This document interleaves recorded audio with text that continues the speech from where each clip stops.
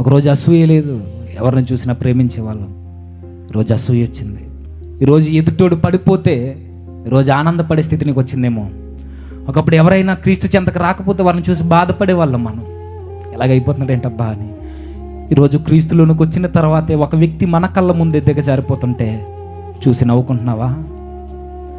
వారి అపజయాలను చూసి, వాడు పడిపోతున్న స్థితిని చూసి ఈరోజు నువ్వు హేళన చేస్తున్నావా?